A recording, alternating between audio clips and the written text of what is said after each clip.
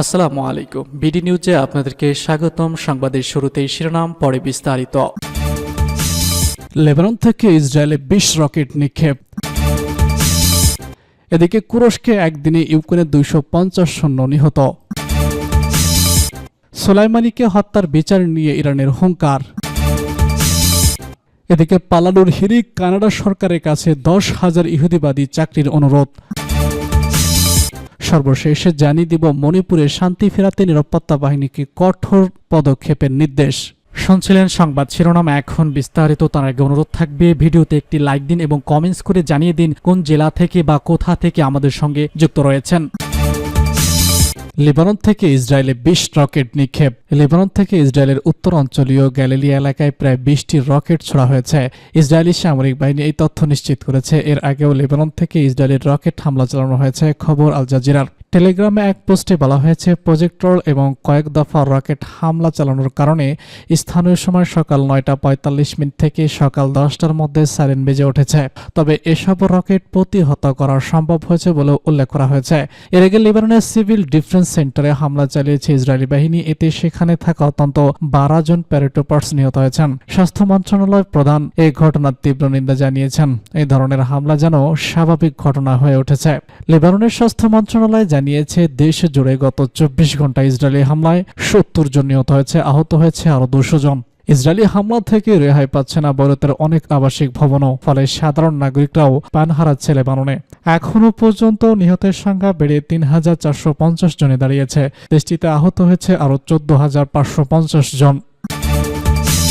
তুরস্কে একদিনে ইউক্রেনের ২৫৫ সৈন্য নিহত। তুরস্ক অঞ্চলে গত ২৪ ঘন্টায় ইউক্রেনের ২৫০ জন সৈন্য নিহত হয়েছে বলে দাবি করেছে রাশিয়ার প্রতিরক্ষা মন্ত্রণালয়। এছাড়াও ইউক্রেনের সশস্ত্র বাহিনী ৩টি সহজ যুদ্ধযান, একটি বিমান প্রতিরক্ষা ব্যবস্থা এবং একটি ইলেকট্রিক যুদ্ধ স্টেশন হারিয়েছে। শনিবার এক বিবৃতিতে রুশ মন্ত্রণালয় জানিয়েছে, গত ২৪ ঘন্টায় ইউক্রেনের ক্ষয়ক্ষতির মধ্যে রয়েছে প্রায় ২২৫ জন সৈন্য, ৩টি সাজোয়া যান, একটি সাজোয়া কমান্ডো যান, ৭টি যানবাহন, একটি যুদ্ধ বিমান প্রতিরক্ষা ব্যবস্থা, একটি ২৫২ মিমি C-20 অস্ত্র এবং একটি ইলেকট্রাল যুদ্ধ স্টেশন। রুশ প্রতিরক্ষা মন্ত্রণালয় আরও উল্লেখ করেছে যে তাদের বিমান প্রতিরক্ষা ব্যবস্থাগুলো মার্কিন নির্মিত মাল্টিপল রকেট লঞ্চার সিস্টেম থেকে ছোড়া ৪টি ক্ষেপণাস্ত্র এবং ১০২টি বিমান দৃশ্যড্রোন ধ্বংস করেছে। সোলাইমানিকে হত্যার বিচার নিয়ে ইরানের হুঙ্কার। মার্কিন হামলায় নিহত ইরানের বিপ্লবী গার্ড বাহিনীর কমান্ডার জেনারেল কাসেম সোলাইমানির হত্যার বিচার নিয়ে নতুন হুঙ্কার দিয়েছে ইরান। আইন ও বিচারিক প্রতিক্রিয়ার মাধ্যমে তার হত্যার বিচার নিশ্চিত করা হবে বলে জানিয়েছে দেশটি। শুক্রবার ইরানের গণমাধ্যম প্রেস টিভির এক প্রতিবেদনে সব তথ্য জানানো হয়েছে।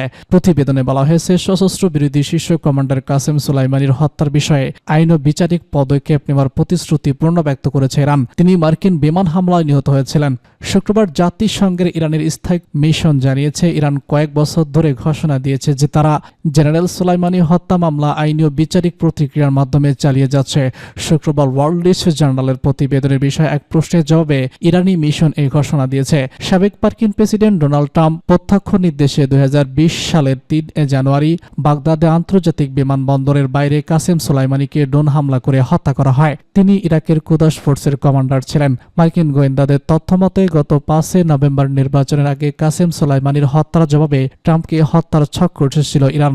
দেশটির নির্বাচনে আবার জয়ের মাধ্যমে মার্কিন মসনদে বসতে চলেছেন তিনি। ট্রাম্পকে হত্যার ষড়যন্ত্র লিপ্ত থাকার অভিযোগে মার্কিন বিচার বিভাগে অন্তত ৬ ব্যক্তির বিরুদ্ধে মামলা চলছে। আদালতের তথ্য অনুসারে তাদের মধ্যে ফারহা শাকরিন নামে এক ব্যক্তি রয়েছেন। তিনি ইরানের বিপ্লবী গার্ড বাহিনীর কাজ করে আসছিলেন। তদন্ত কর্মকর্তাদের কাজে তিনি স্বীকার করেছেন যে তিনি সেপ্টেম্বর ট্রাম্পকে পর্যবেক্ষণ করেছিলেন এবং হত্যার দায়িত্ব ছিল। যুক্তরাষ্ট্রের এমন অভিযোগ অস্বীকার ও তাৎক্ষণিকভাবে প্রত্যাখ্যান করেছে ইরানের পররাষ্ট্রমন্ত্রী আব্বাস আরাগচি।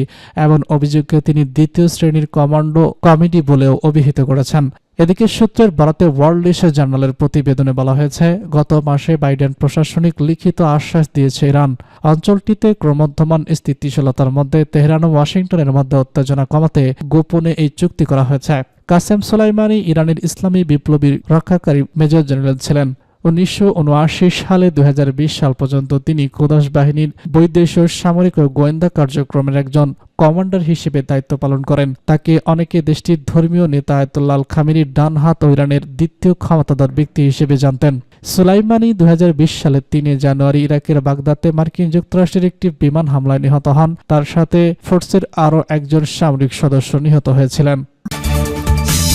পালানোর হিড়িক কানাডা সরকারের কাছে হাজার হাজার ইহুদিবাদীদের চাকরির অনুরোধ। ইহুদিবাদী ইসরায়েলের হারেত পত্রিকা জানিয়েছে, গাজা যুদ্ধ শুরু হওয়ার পর থেকে কমপক্ষে 10,000 ইসরায়েলি কানাডায় পালিয়ে গেছে। পত্রিকাটি এক প্রতিবেদনে গত বছর 7 অক্টোবর গাজা যুদ্ধের শুরু থেকে পর্যন্ত কানাডায় ইসরায়েল থেকে অভিবাসনের সংখ্যা বৃদ্ধির কথা উল্লেখ করে লিখেছে, রাজনৈতিক ব্যবস্থার প্রতি অবিশ্বাস, অভ্যন্তরীণ অস্থিরতা, সংঘাতের তীব্রতা, নিরাপত্তাহীনতা, সামাজিক অবিচার, বৈষম্য এবং শাসন ক্ষমতার একগুচ্ছ আধিপত্য ইহুদিবাদীদের কানাডায় পালানোর প্রাথমিক কারণ। পাস্টুডের খবর, কানাডায় অভিবাসন মন্ত্রণালয় এক প্রতিবেদনে জানিয়েছে, 2023 সালের ডিসেম্বর থেকে চলতি বছরের সেপ্টেম্বরের শেষ পর্যন্ত কানাডা সরকার ইহুদিবাদীদের জন্য 3,425টি স্থায়ী কাজের ভিসা প্রদান করেছে। ইসরায়েলের টিভি চ্যানেল 12 এক প্রতিবেদনে জানিয়েছে যে গাজা যুদ্ধের শুরু থেকে পর্যন্ত 10 লাখেরও বেশি ইহুদিবাদী ইসরায়েল ত্যাগ করেছে এবং তারা নিজেদের আসল যে দেশ বা অঞ্চল থেকে এসেছিল সেসব দেশে, বিশেষ করে ইউরোপ ও আমেরিকায় ফিরে গেছে। ইসরায়েলের জনমত জরিপ সংখ্যা জিআই এর ফলাফলে দেখা গেছে, ইসরায়েলের দখলকৃত অঞ্চলগুলোতে বসবাসকারী 30% ইহুদিবাদী পালিয়ে যাওয়ার কথা ভাবছে এবং তাদের মধ্যে 71% আগামী মাসগুলোতে তাদের জীবন মান ও পরিস্থিতি সম্পর্কে আশাবাদী নয়। জরিপের এই ফলাফলে আরও দেখা গেছে 84% ইহুদিবাদী ইসরায়েলি শাসনের অধীনে অতিষ্ঠ নয়, সন্তুষ্ট নয় এবং জরিপে অংশগ্রহণকারীদের 70% বিশ্বজুড়ে ইহুদিবাদীদের বিরুদ্ধে সামরিক হুমকির মতো বিপজ্জনক বলে মনে করে। এ প্রসঙ্গে আরব বিশ্বের বিখ্যাত বিশ্লেষক আব্দুল বাররি লিখেছেন, আল আকসা তুফান অভিযান শুরুর পর 6 মাসে 5 লাখ ইহুদি ইসরায়েল ত্যাগ করেছে। আল আকসা তুফান অভিযানের পর বৈরুত নাগরিকত্ব বিপুল সংখ্যক ইহুদিবাদী তাদের আসল দেশে ফিরে গেছে।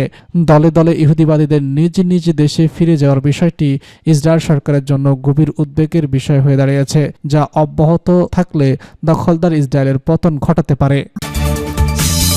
মণিপুরের শান্তি ফেরাতে নিরাপত্তা বাহিনীকে কঠোর পদক্ষেপের নির্দেশ।